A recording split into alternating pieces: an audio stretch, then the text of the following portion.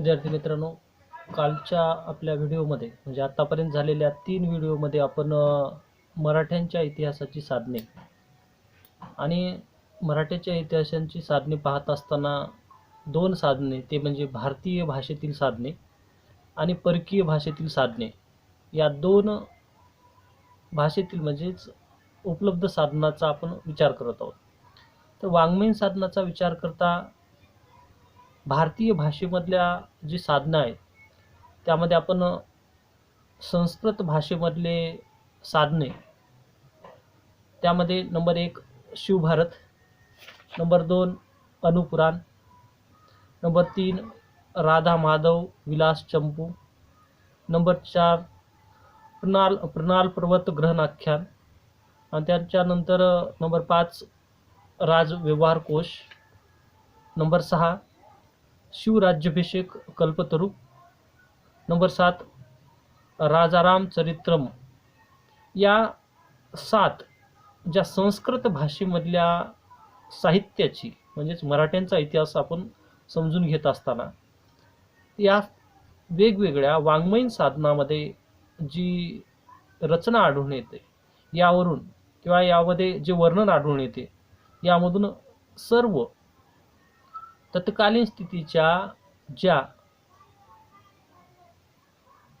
काळामध्ये घडलेल्या घटना आणि त्या घटना ह्या छत्रपती शिवाजी महाराज यांच्या आयुष्यात किंवा छत्रपती शिवाजी महाराज यांच्या कालखंडात घडलेल्या विविध घटना, त्याचबरोबर मराठ्यांचा इतिहास म्हणजे छत्रपती शिवाजी महाराजानंतर छत्रपती संभाजीराजे, त्यानंतर राजाराम महाराज, त्याचबरोबर महाराणी ताराबाई, त्यानंतर या छत्रपती वंशातील छत्रपती शिवाजी महाराजांच्या वंशातील अशा अनेक अशा जे काही घडून गेलेल्या घटना घडामोडी या विस्तृतपणे मांडण्याचं काम आणि ती माहिती मिळण्याचं काम आपल्याला या वाङ्मयीन साधनावरून मिळण्यास मदत होते.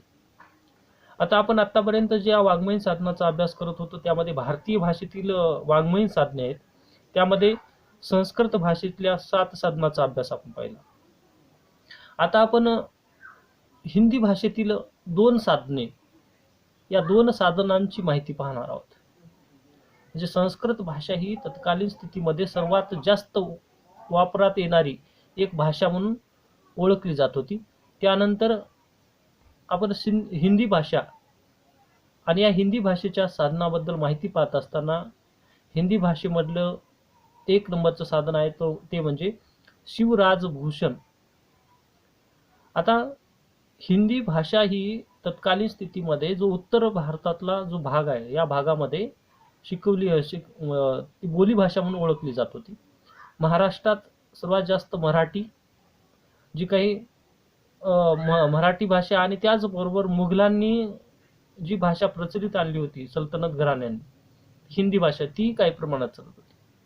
त्या काळामध्ये मुघलांशी आलेला संबंध छत्रपती शिवाजी महाराजांचा हे मांडण्याचं काम अनेक हिंदी कवी किंवा हिंदी साहित्याचे रचनाकार होते यांनी तत्कालीन स्थितीमध्ये लिहिण्याचं काम केलं. त्यामध्ये शिवराजभूषण या ज्या साहित्यकृती आहे ती त्याची निर्मिती कवी बुंदेला नावाच्या कवीने, बुंदेला कवी भूषण या कवीने केली आणि ही काव्यरचना वीर रसात्मक म्हणून ओळखली जाते.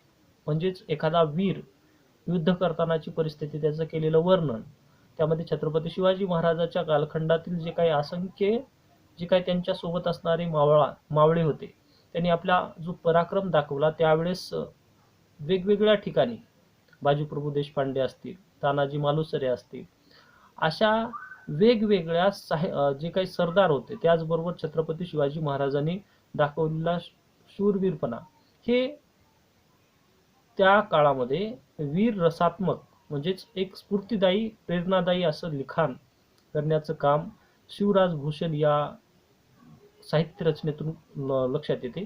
आणि ही साहित्य रचना म्हणजेच कवी भूषण यांनी रचलेली आहे. आणि या काव्य ग्रंथात म्हणजे कविता स्वरूपात किंवा काव्य रूपात यमक जुळवलेल्या असणाऱ्या अशा काव्य ग्रंथामध्ये महाराजांच्या पराक्रमाची म्हणजे एक वर्णन करण्याचं काम शिवराज भूषण यामध्ये करण्यात आले. म्हणजे छत्रपती शिवाजी महाराज आणि त्यांच्या सोबत असणाऱ्या सवंगडी असतील किंवा जे काही सरदार असतील त्यांचेही त्यामध्ये वर्णन आढळून येते. आणि त्याचबरोबर प्रमुख जे वर्णन हे छत्रपती शिवाजी महाराज यांच्यावर आधारित हा शिवराज भूषण हा ग्रंथ किंवा काव्यग्रंथ हा रचला गेला. आणि यावरून छत्रपती शिवाजी महाराजांच्या जीवनातली वेगवेगळ्या घटना आणि ह्या घटना समजून घेण्यासाठी किंवा समजण्यासाठी हा ग्रंथ महत्त्वपूर्ण आहे.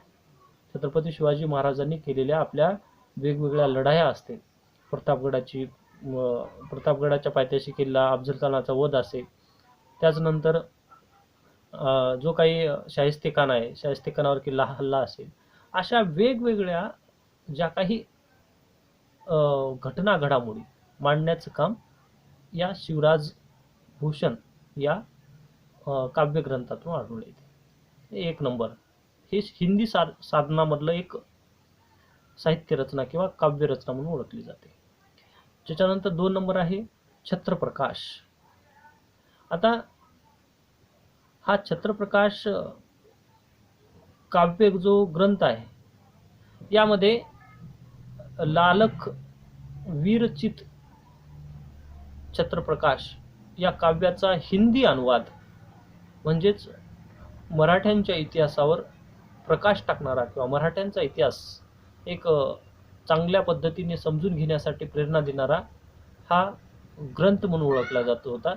आणि या छत्रप्रकाश या ग्रंथाच्या माध्यमातून छत्रपती शिवाजी महाराजांचा कालखंड आणि त्याचबरोबर शहाजीराजे भोसले, छत्रपती शिवाजी महाराज आणि अन्य जे काही छत्रपती संभाजीराजे या सर्वांचा इतिहास या छत्रप्रकाश या साधनाच्या आधारे समजून घेण्यासाठी एक महत्त्वपूर्ण साधन म्हणून ओळखलं जातं. हे हिंदी भाषेतील साधनं, हे 2 आपण साधनाबद्दल माहिती पाहिली. आणि या साधनामुळे काय समजतं तर तत्कालीन स्थितीमध्ये घडलेल्या विविध घटना घडामोडीचा एक सारांश स्वरूपात लिहिलेला लेखाजोखा, यामध्ये अतिशयोक्ती सुद्धा असू शकते आणि त्याचबरोबर वर्णन आढळून येते. आणि या सर्व वर्णनाचा आपल्या इतिहासासाठी एक महत्त्वपूर्ण अर्थ म्हणजे तत्कालीन स्थितीमध्ये मराठ्यांचा इतिहास समजून घेताना या ज्या हिंदी साधने आहेत, आपण अगोदर संस्कृत साधने बघितलो, त्यानंतर हिंदी साधने बघत आहोत, या सर्व साधनांचा आधार तत्कालीन स्थितीमध्ये या सर्व मराठ्यांचा इतिहास समजून घेण्यासाठी एक महत्त्वपूर्ण असं एक साधन म्हणून इतिहासामध्ये त्याची नोंद घेतली जाते. म्हणूनच शिवराज भूषण आणि छत्रप्रकाश हे दोनही साहित्य रचना हिंदी भाषेतील एक महत्त्वपूर्ण साहित्य रचना किंवा साहित्य काव्यरचना म्हणून ओळखल्या जातात. हे झालं हिंदी साधने, हे 2 पद्धतीचे. अगोदर संस्कृत मधल्या 7 पॉईंटची आपण माहिती बघितली, 7 साधने, वाङ्मयीन साधने. त्यानंतर हिंदी भाषेतील 2 साधने. त्यानंतर आपण राजस्थानी भाषेतील म्हणजे राजस्थानी भाषेमध्ये लिहिलेल्या जी साधने आहेत, ह्या 2 साधनाची माहिती पाहणार आहोत. छत्रपती शिवाजी महाराज आणि राजस्थान यांचा संबंध महत्त्वपूर्ण मानला जातो, कारण तत्कालीन स्थितीमध्ये या राजस्थानी साहित्याचा विचार करता किंवा साधनांचा विचार करता छत्रपती शिवाजी महाराज यांचा राजस्थानी राजे जे काही राणा असतील यांच्याशी संबंध आला होता. कारण हे राजस्थानी सर्व जे राजे राणा होते ते सर्व मुघलांच्या शिवेमध्ये होते.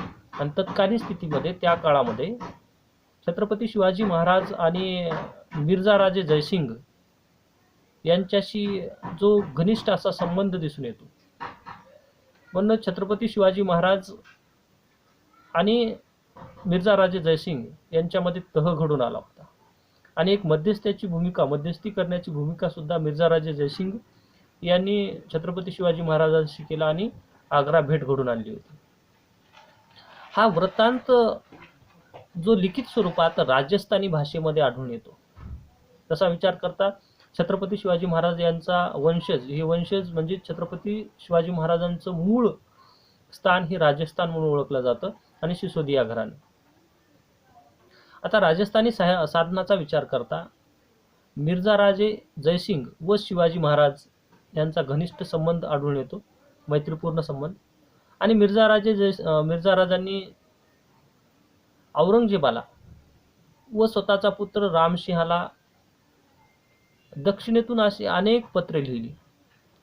आणि ती जी पत्रे होती किंवा जी पत्रलेखनाची भाषा होती ती राजस्थानी भाषा होती. या पत्रावरून त्या काळातला म्हणजे छत्रपती शिवाजी महाराजांचा इतिहास, विशेषतः आग्र्याची भेट यांचा वृत्तांत समजण्यास मदत होते. आता मिर्झा राजे जयसिंहाचे पत्रे हे औरंगजेबाला त्याचबरोबर रामसिंहाला सुद्धा पाठवताना त्याची भाषा ही राजस्थानी आढळून येते. ज्यावेळेस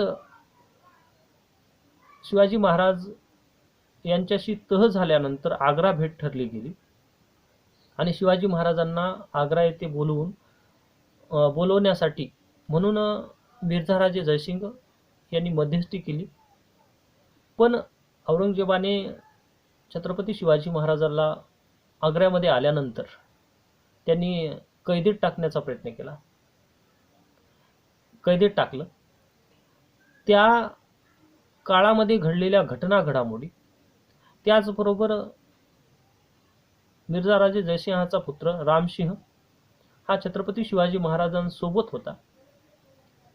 या सर्व ज्या घडामोडी आहेत, छत्रपती शिवाजी महाराज काही काळ आग्र्यामध्ये थांबले, त्यांना कैदेत टाकण्यात आलं, म्हणजे नजरकैदेमध्ये.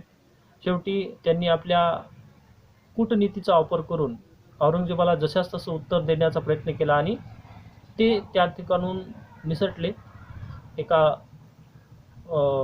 पेटाऱ्यामधून बाहेर पडले. आणि ते बाहेर पडल्यानंतर पुन्हा एकदा मराठ्यांचं जे काय राज्य आहे, औरंगजेबाविरुद्ध जी काही मोहीम होती ती पुन्हा सुरू केली.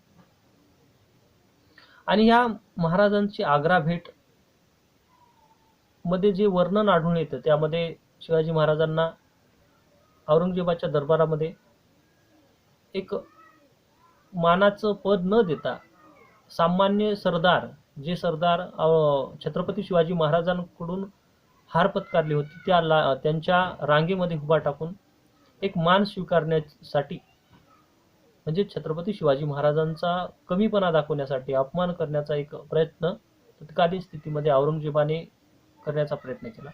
त्याविरुद्ध त्यांनी आक्रमक भूमिका घेऊन दरबारातून बाहेर पडले आणि शेवटी आपल्या जे काही राहण्याचं ठिकाण तंबू आहे त्या ठिकाणी डोलाऱ्यामध्ये थांबल्यानंतर शेवटी त्यांना नजरकैदेमध्ये टाकण्यात आलं. आणि अशा स्थितीमध्ये काही काळ तेथे व्यतीत केल्यानंतर स्वतःची सुटका करून घेऊन छत्रपती शिवाजी महाराजांनी बाहेर पडल्यानंतर पुन्हा एकदा हिंदवी स्वराज्य वाढवण्याचा प्रयत्न केला. मी जसं आतापर्यंत तुम्हाला थोडक्यात वृत्तांत सांगितला तशाच पद्धतीनं जे पत्रलेखन, त्या पत्रलेखनामधून केलेला जो काही संदेशाची देवाणघेवाण, औरंगजेबाशी केलेली देवाणघेवाण मिर्झा राजे जयसिंहाने, त्याचबरोबर स्वतःचा पुत्र रामसिंहाशी केलेला पत्रव्यवहार, या सर्व पत्रव्यवहारची भाषा राजस्थानी होती आणि त्या भाषेतून मराठ्यांचा इतिहास समजून घेण्यास मदत होते. ते होतं मिर्झा राजे जयसिंहाचे पत्र. नंबर 2 आहे महाराजा जसवंत सिंहाची पत्र. आता बघा, शाहिस्ते खानाबरोबर महाराजा जसवंत सिंह दक्षिणेमध्ये आला होता. दक्षिणेत आल्यानंतर त्यांनी प्रदीर्घ असं वास्तव केलं, म्हणजे जास्त काळ तिथे राहिला. या काळात दिल्ली दरबाराला त्यांनी लिहिलेल्या ज्या अनेक पत्रातून मराठ्यांचा इतिहास समजून येतो.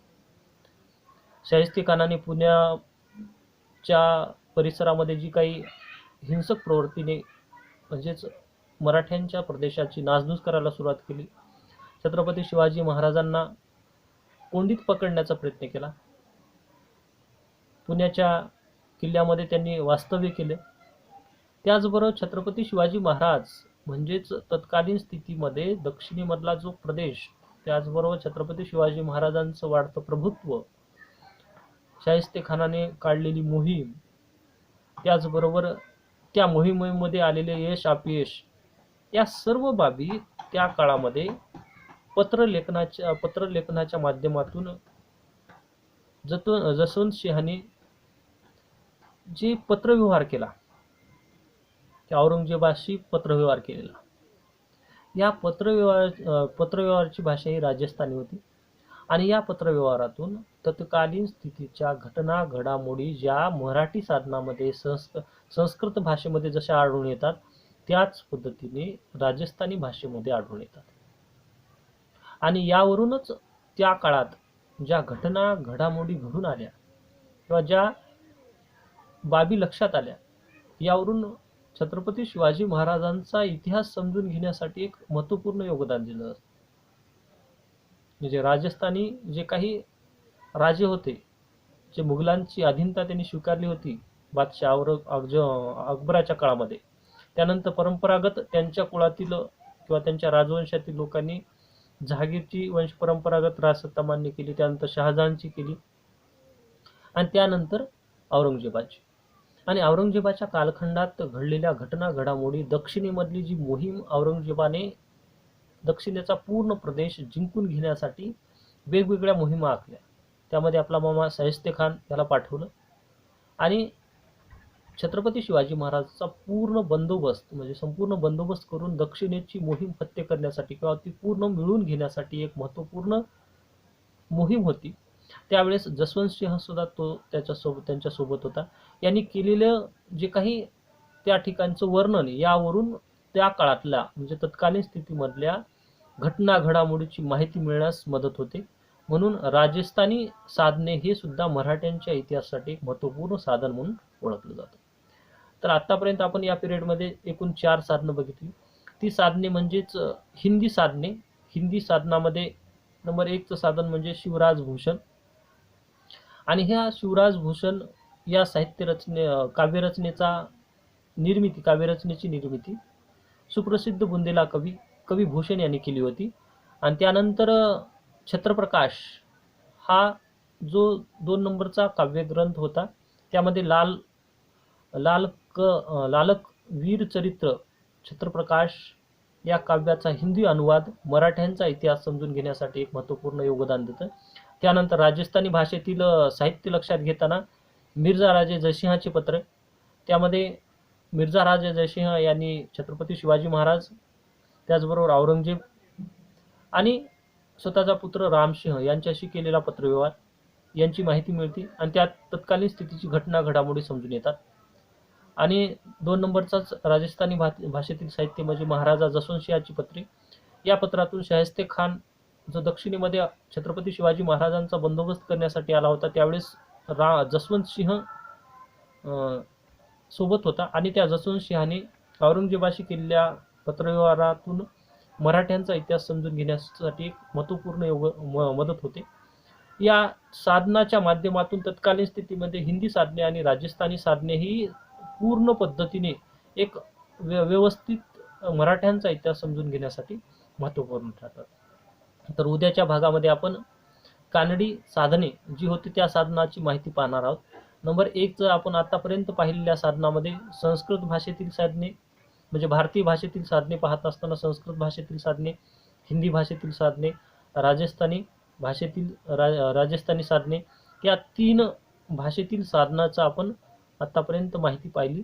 आता उद्याच्या भागामध्ये आपण जी काही कानडी साधने आहेत या कानडी साधनामध्ये असणारे वेगवेगळे साहित्य रचना किंवा साहित्य भाषा याची माहिती आपण पाहणार आहोत.